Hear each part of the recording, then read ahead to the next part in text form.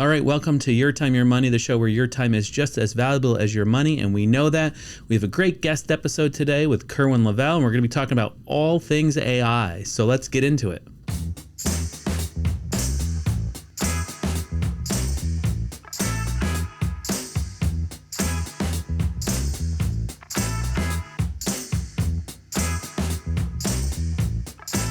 Yeah, we have a great guest host today.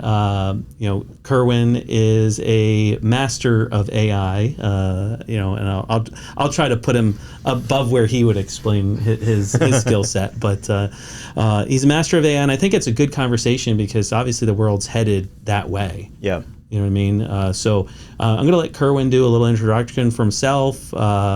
He's with K5 Solutions, which is the main part of the AI branch, but he's also got some other businesses as well. Mm-hmm. And just give a little background of himself, where he came from. Kerwin, you want to introduce yourself to the listeners? Kerwin Lovell, CEO and founder of K5 Solutions and Hilltown Tech. How far back do I go? Jeez. 11 years old. The paper route. That's when I got my first computer. No. I've been in technology for a long time. It's a passion at this point. It's really, you should see my house. Everything's computerized and touch screens everywhere. It's just I love being surrounded by tech. Do you have robots that run around? Well, technically, the Roomba is a robot. Yeah, okay. So yes, and my Tesla. Elon's saying it's robot on wheels. Right. So yeah, I do have two robots. Yeah, well, it's an industry where we could end this session and it's advanced. Yeah. And people are playing catch up, and people are getting into Chat GTP, which has been out for a long time, and it's now considered probably the bottom tier, right, of some stuff versus what's come out maybe. I'd say it's entry level at this point. Yeah, right. It's amazing. Like a toddler. But people are just hearing about it, and it's very similar to finance. It's like I remember in '98 when the Roth IRA came out. It probably took a decade or more before people realized what it was and how to use it. Right. And any type of technology takes a long time to disseminate into public. Yeah. Right? How are you going to use it for yourself? That sort of thing. Yeah. Where the guardrails are. Mm-hmm. Yeah. For us, we saw the biggest advancement in digital technology when COVID happened. Right. Because it forced older clients to meet with their grandkids online, which they never did. Yeah. Right. Because there's this fear. Right, so hopefully the listeners today can get through some of the fear of AI, because there's a lot of talk out there about AI and what it's going to do, and the Skynet, Terminator type type thing. So let's get in that discussion a little bit, and let's really delve into what's the industry look like. What are maybe some practical uses for it and stuff?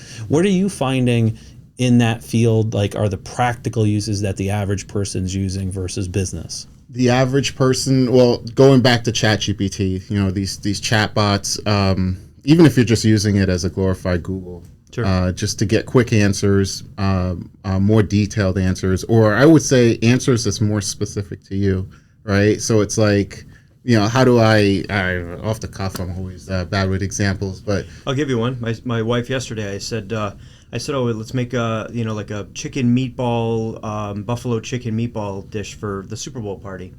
And she immediately picked up her phone, hit ChatGPT, and said, give me a recipe for buffalo chicken meatballs. Yep. So AI replaced me. Literally, yes. Because I used to be the go-to person for the recipe. There's still questions I have to need to be answered there, Mark. But to that point, though, and I use it that way also. And then I think that's where, so you can get specific, right? Buffalo chicken dip recipe for 3 people, 4 people, 5 people. Right. Someone's gluten-free. And you can just Google a recipe, but then you have to extrapolate, well, this is for 6 people, I'm making it for 16 people, but just ask the question, I'm serving this dish for 6, or even I'm serving a dish at a party, these many people will be there, what should I even make? I only have 3 hours to make it, that sort of stuff.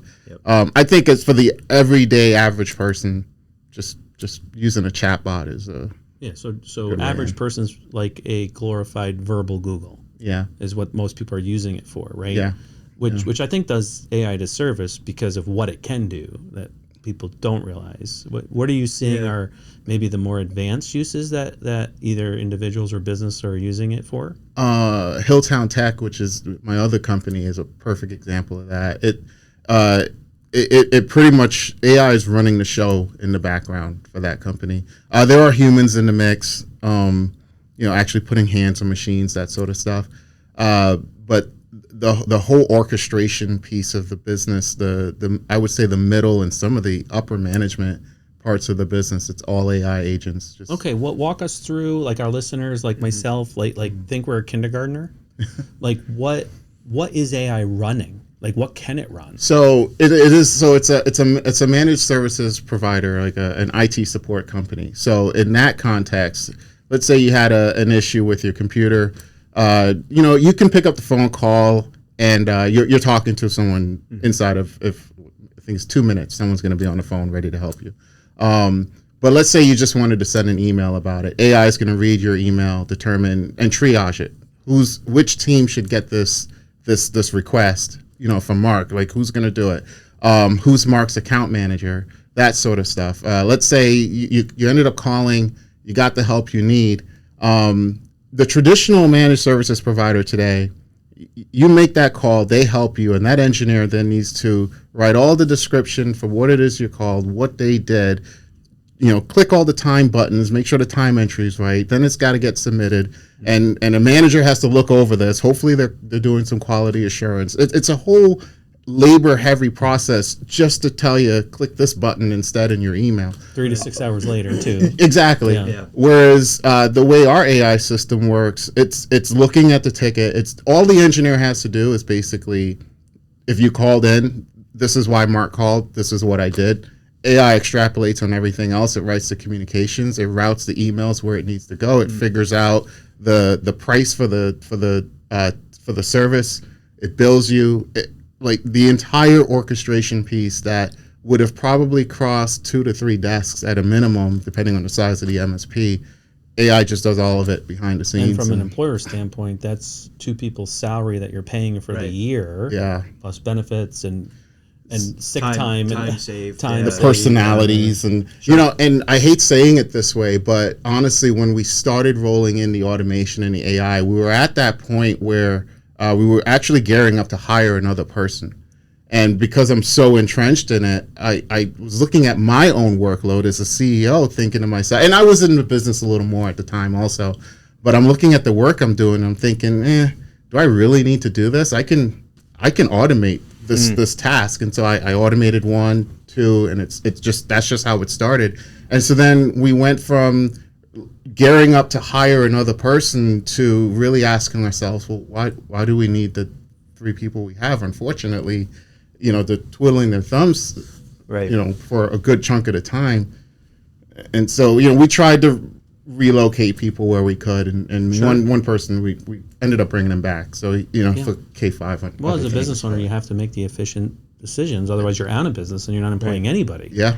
Well, and just to touch on that a little bit, I'm an optimist when it comes to AI personally, but there are a lot of people out there that would say, well, this is what AI is going to do. It's going to replace all of our jobs, which to me, again, I kind of fall back to the idea of, well, if there's something in place that's creating easeability in one area of our lives, then that leaves us to explore another area of our lives in order to continue humanity, if you will, with something like this. And that's really what it is about. It's helping humanity.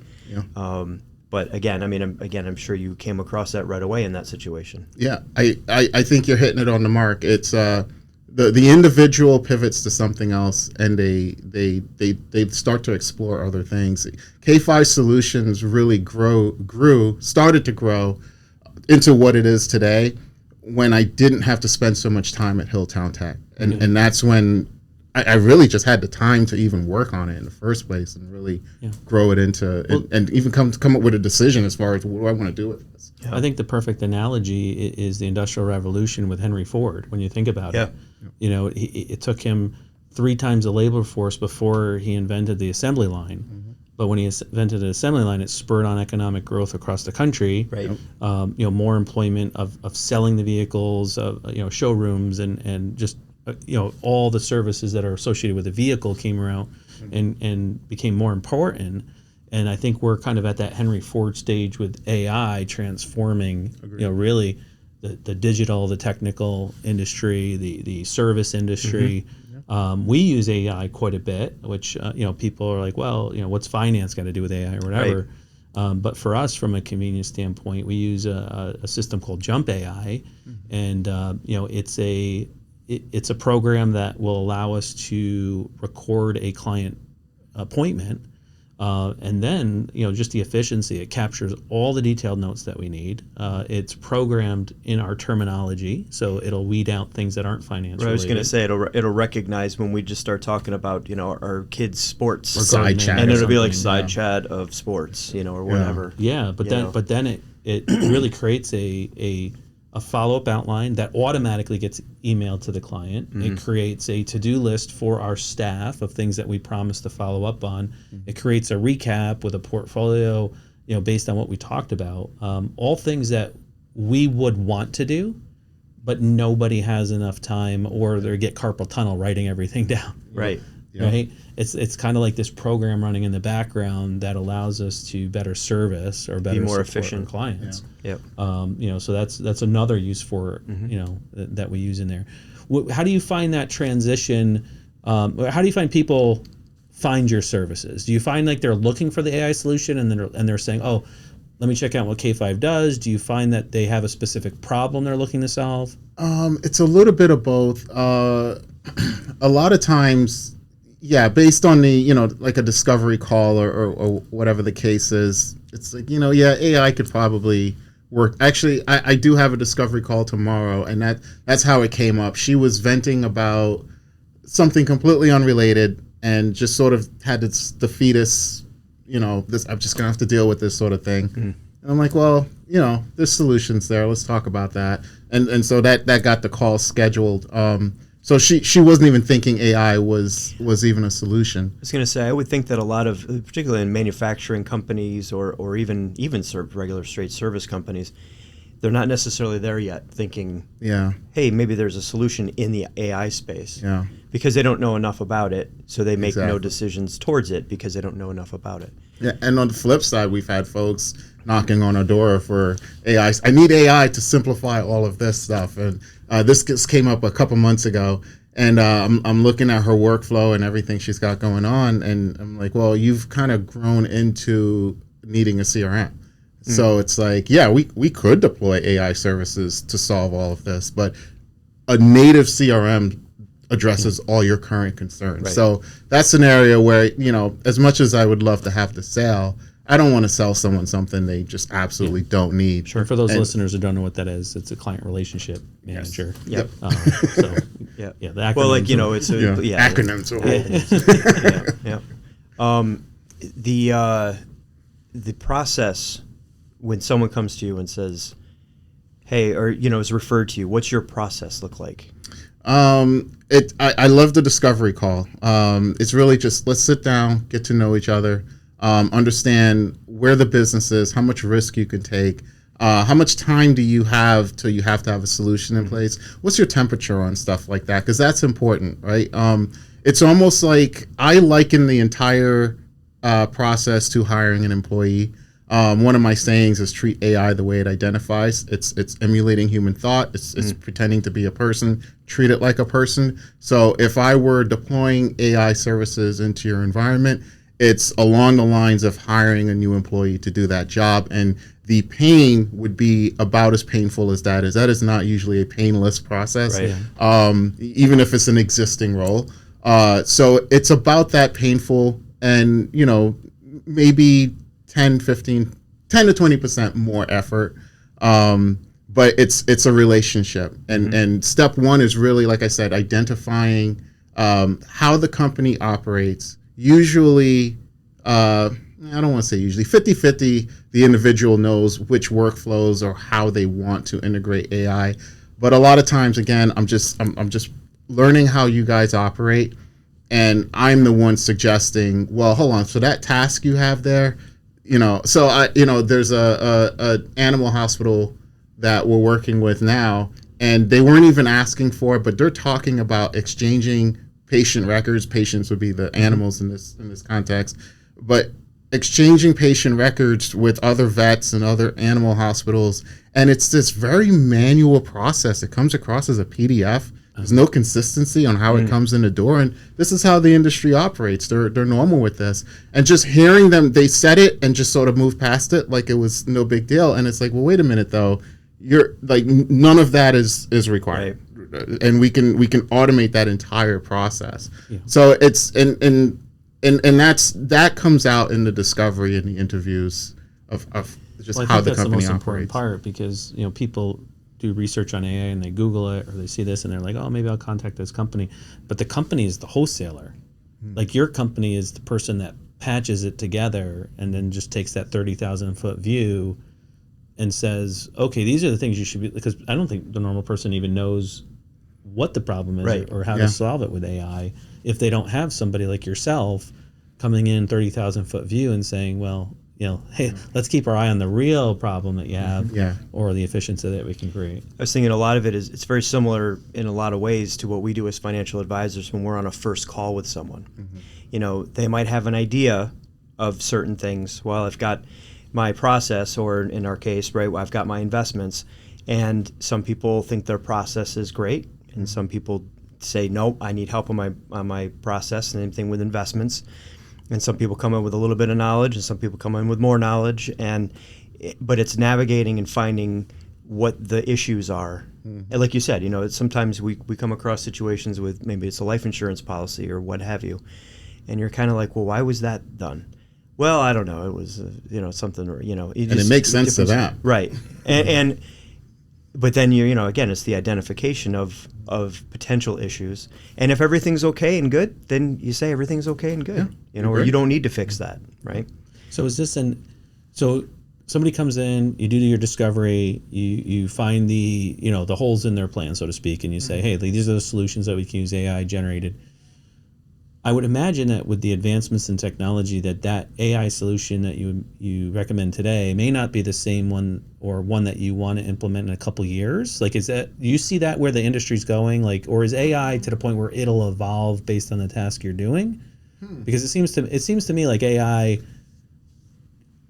right? The how fast it's advancing. Yeah. Is that like the technology today next year could be better, which means you could go back to the client and say, hey, look,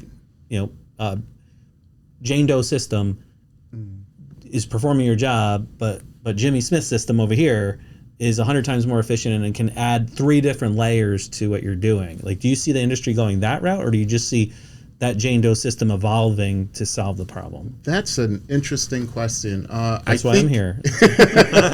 I think it's very context based. It's situational. It would depend on the situation. There's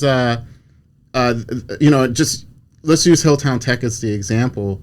There are some systems that's built on like GPT-3, and right now, we're 5.2 or something. I forget where we're at, but there's no real need to upgrade those.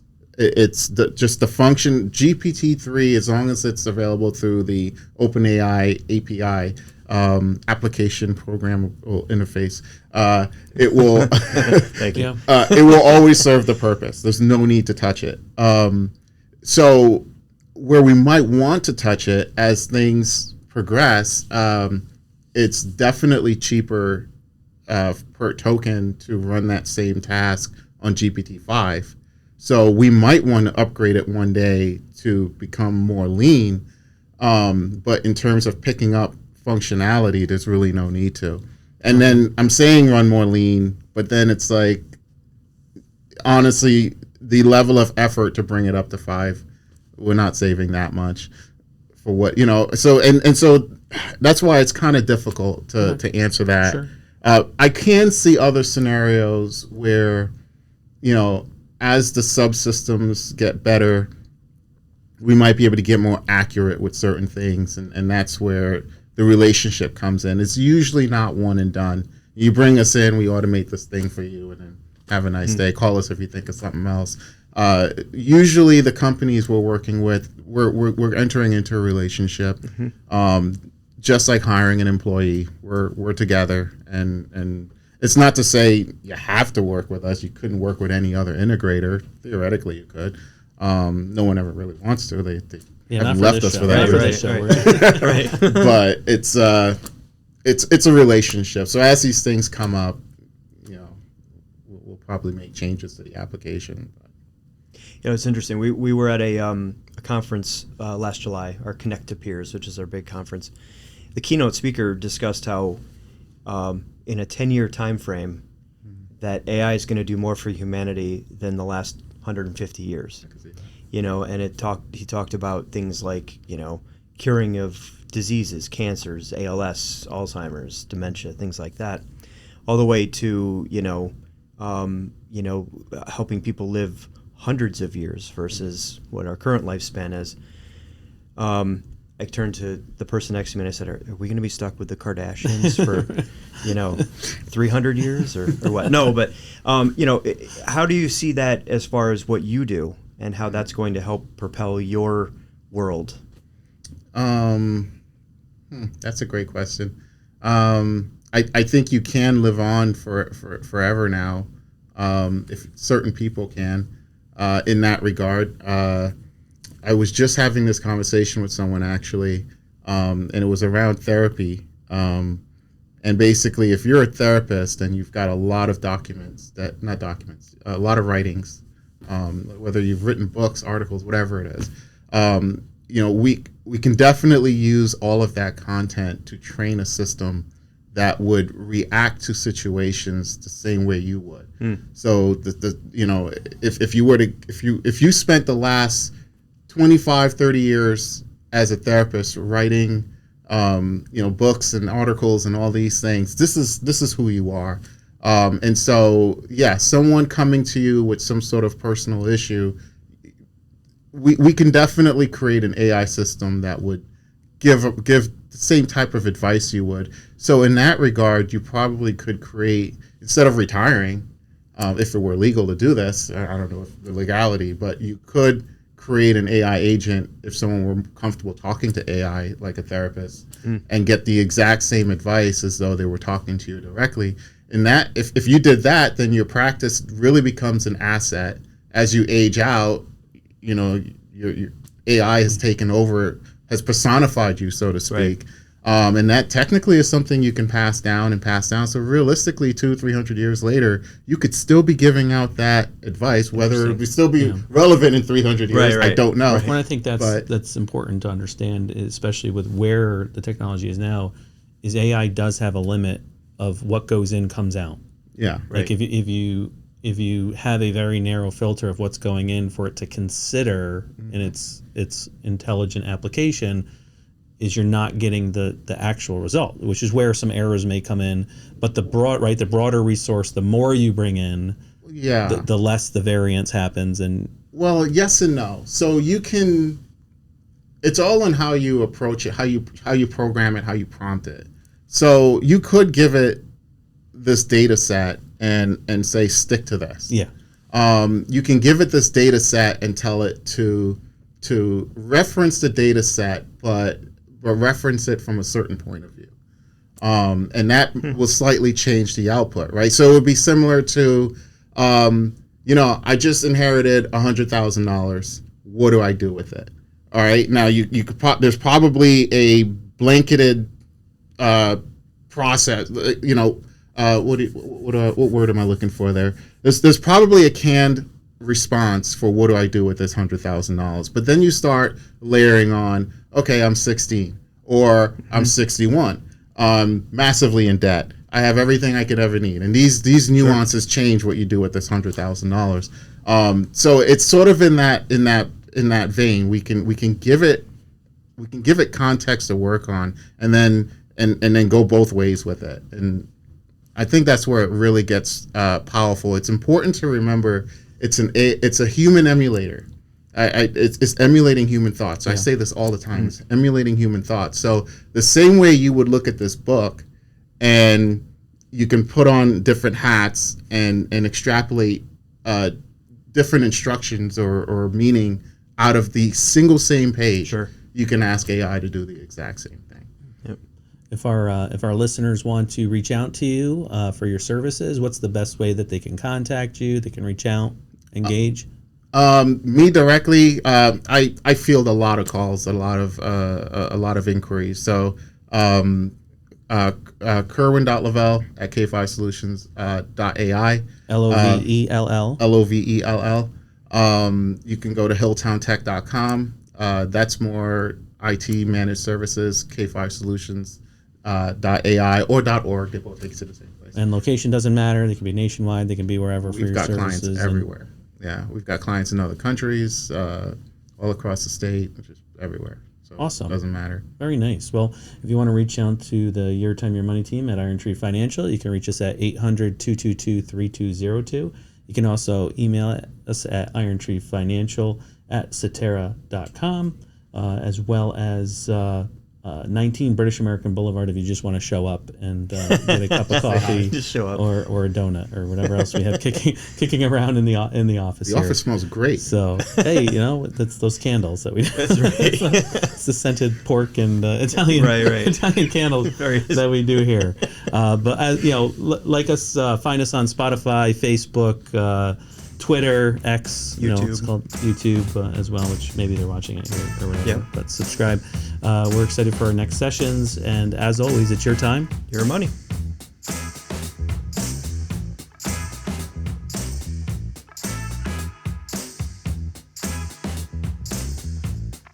All right, guys, thank you for tuning in to another episode of Your Time, Your Money. We really appreciate it. If you enjoyed today's episode, please feel free to share this with friends, family, coworkers, anyone else that you think might be interested. If you do have questions or topics, you can always email them to irontreefinancial@ceterais.com. Please follow us on LinkedIn, Facebook, Spotify, Google Play, and many other sources that were available. And as always, it's your time and your money. Cetera Investors is the marketing name of Cetera Investment Services. Securities and insurance products are offered through Cetera Investment Services, LLC, member FINRA, SIPC. Advisory services are offered through Cetera Investment Advisors, LLC. Cetera is under separate ownership from any other named entity.